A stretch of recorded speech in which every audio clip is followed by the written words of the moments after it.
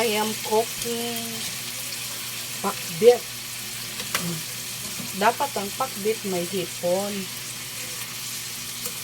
Yan kasi hindi matatawag na pakbit pag walang hipon. Pero sa aming bahay, yung pakbit namin walang hipon kasi may maraming allergy sa hipon. So, hindi ko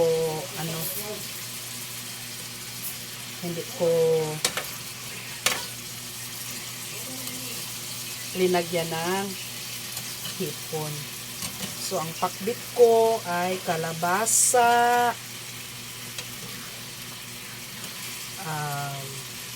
talong, okra, ampalaya, at saka yung string beans. So,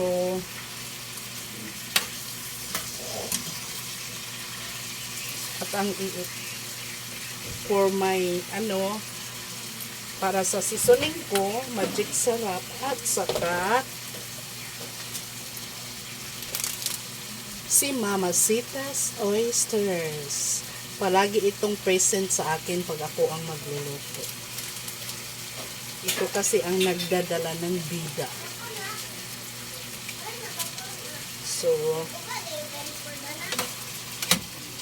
mas madali lang yung lutuin yung pakbit. Lagyan mo lang ng hindi masyadong maraming patis. Siya na yung magsisilbing alat natin or asin. Pag gumamit ako ng patis or soy sauce, I don't add some salt already.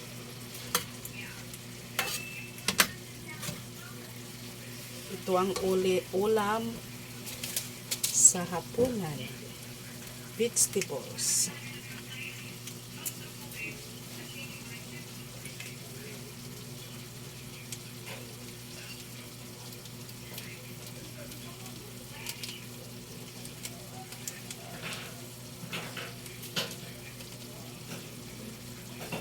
Ito na ang magdadala ng namnam sa luto natin.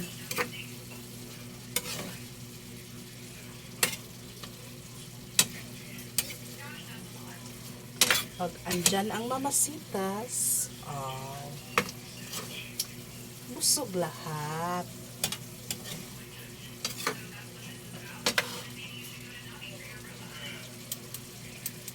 Si Mamacita's at saka si Magic. Pag gumamit ako ng Magic, hindi na ako gagamit ng Ajinomoto. Okay, yan lang po. Salamat!